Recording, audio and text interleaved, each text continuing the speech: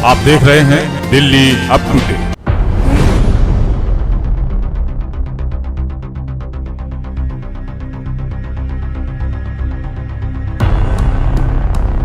जो उसने कपड़े पहने हुए थे वो भी उस पर जल गए। पूरा उसका शरीर जो है पूरा जल चुका था, पूरी खाल अलग।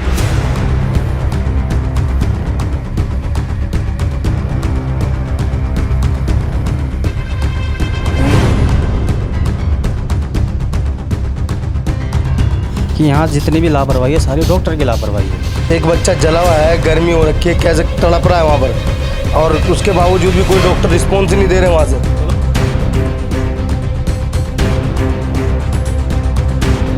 नमस्कार, दिल्ली अप टू डेट में आपका बहुत बहुत स्वागत है। मैं हूं आपके साथ अर्पित दुबे।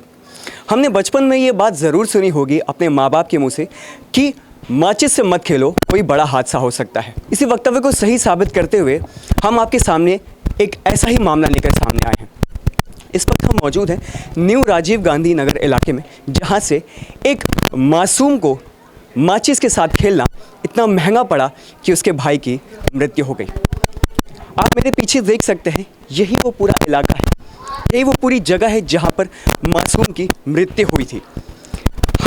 हमारे साथ परिजन मौजूद हैं, हम उनसे बातचीत करते हैं और क्या है पूरा मामला हम उनसे ही जानने की कोशिश करते हैं। जो उसने कपड़े पहने हुए थे वो भी उस पर जल गए। पूरा उसका शरीर जो है पूरा जल चुका था, पूरी खाल अलग पड़ी हुई थी। अच्छा, आप लोग उसे हॉस्पिटल में कितनी देर बाद ले गए? हम जैसे आपको कितनी देर बाद पता चला? हमें कम से कम 10 या 15 मिनट बाद पता चला, 20 मिनट बाद। जैसे हमें पता लगा हम ऊपर आए, सबसे पहले जो है आग बुझाई। उसे फिर उठा के लेके चादर में लेके गए, तुरंत हॉस्पिटल ले गए जीटीबी ले जाने के बाद वहाँ दिखाया इमरजेंसी में। इमरजेंसी वालों ने कहा कि चलो ऊपर की खाल खाल जली है, बच्चा तुम्हारा बोल रहा है, चल रहा है, सही है, सब कुछ सही है।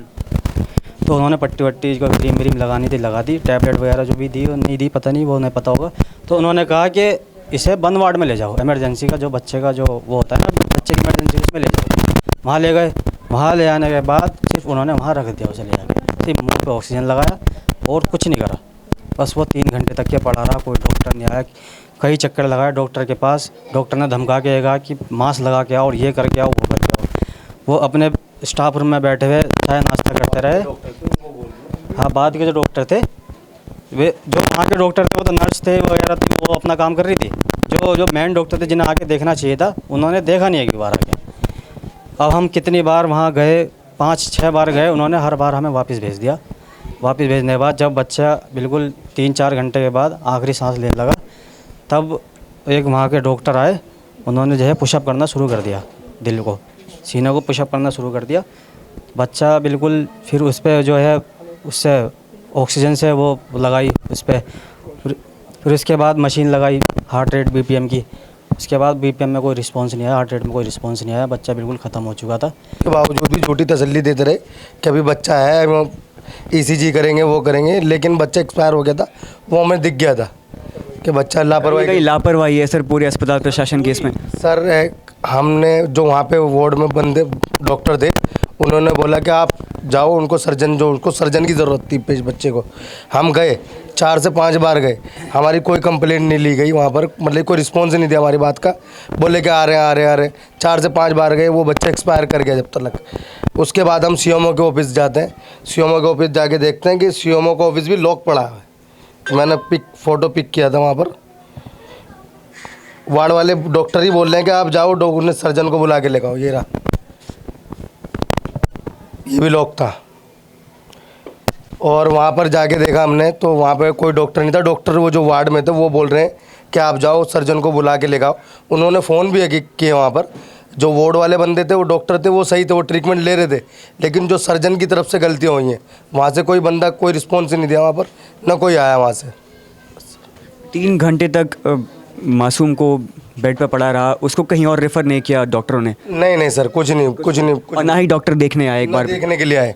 जो वार्ड वाले थे वही देख रहे थे, बस वही इंजेक्शन दे रहे थे। सर, कहीं ना कहीं इस पूरे मामले को देखते हुए सर ये लापरवाही बच्चे की है, और सर जो सबसे ज़्यादा लापरवाही निकल कर आ रही है वो अस्पताल प्रशासन की निकल कर आ रही है। अगर सही टाइम पे उसको इलाज दिया जाता तो आज शायद मासूम जिंदा रहता। जी शायद, बिल्कुल। सर ये बात हम नहीं बोल रहे, ये जो वहाँ के जितने भी मरीज़ हैं ना, ये सब यही बात बोल रहे हैं कि यहाँ जितनी भी लापरवाही है सारी डॉक्टर की लापरवाही है। जो और भी न्यूज़ वाले आए थे वो भी यही कह रहे थे कि यहाँ बचाने का काम ज़्यादा हो रहा है, मारने का काम ज़्यादा हो रहा है। ये अस्पताल ऐसा हो चुका है, इसमें डॉक्टर की बहुत ज़्यादा लापरवाही है। इतना एक बच्चा तड़प रहा है और आपको कोई उसको देखने भी नहीं आ रहा। उसको एक बच्चा जला हुआ है, गर्मी हो रखी है, कैसे तड़प रहा है वहाँ पर, और उसके बावजूद भी कोई डॉक्टर रिस्पॉन्स ही नहीं दे रहे वहाँ से। चलो पहले तो कोरोना बोल रहे हैं कि खाना खा रहे हैं, ये कर रहे हैं, वो कर रहे हैं, बट ये कोई टाइम होता है? डॉक्टर को तो लंच ही नहीं होता, लंच टाइम होता ही नहीं है। सर अस्पताल प्रशासन के लिए क्या कहना चाहिए? अस्पताल प्रशासन के लिए मेरा यही कहना है, मैंने सबसे कहा, अभी उनसे भी कहा, मैं आपसे भी कह रहा हूँ, सुबह 4-5 मीडिया वाले और भी आ चुके हैं, मेरे पास सबके कार्ड है बाकायदा। मैंने अभी तक किसी की बुराई नहीं करी, ना मैं करूँगा। मैं सिविल डिफेंस में खुद हूँ, मैं सिविल डिफेंस में हूँ। मेरे चाचा बिलोक अध्यक्ष हैं आम आदमी पार्टी के।